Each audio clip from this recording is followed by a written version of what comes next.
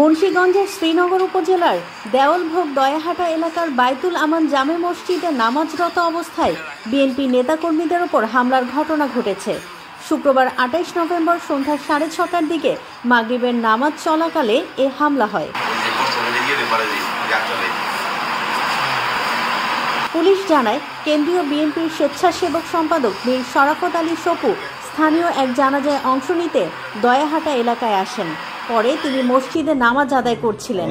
এ সময় একদল ব্যক্তি মসজিদের ভেতরে ঢুকে হামলা চালায়। হামলায় তার অন্তত ৮ জন কর্মী সমর্থক আহত হন।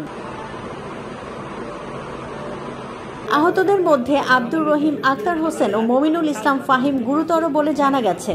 তাদেরকে স্থানীয় স্বাস্থ্য কমপ্লেক্সে চিকিৎসার জন্য পাঠানো হয়েছে। ঘটনার পর সাংবাদিকদের মেয়ে শরাফত আলী সপু বলেন, এরকম ঘটনা হয়নি। আমরা মুসলমান, আমরা জানাজা পড়তে আসছি, একটা লোককে শেষ বিদায় দিব, এটা কি উচিত? আপনারা বলেন নামাজরত অবস্থায় কিভাবে ছেলে পেলে গুলো যে মাথা আঘাত করেছে, কি অপরাধ ছিল চাপা দিয়ে ছুরি দিয়ে। আমরা লোকাল প্রশাসনকে বলেছি, আমরা এখানকার ঊর্ধ্বতন কর্তৃপক্ষের সাথে আলাপ করেছি, তাৎক্ষণিক তারা ব্যবস্থা নিয়েছে।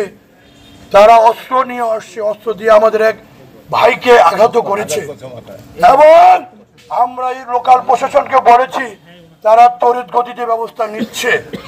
আমরা আশা করি এদেরকে আজকে রাতের মধ্যে গ্রেপ্তার করা হবে। পুলিশ সেনাবাহিনী যৌথ অভিযান করা হবে, অর্থ এলাকায় অভিযান করা হবে আজকের মধ্যে।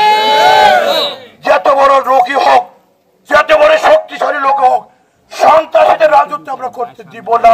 শ্রীনগর থানার ওসি নাজমুল হুদা খান জানান, হামলার ঘটনায় জড়িত সন্দেহে একজনকে হেফাজতে নেওয়া হয়েছে এবং তাকে জিজ্ঞাসাবাদ করা হচ্ছে।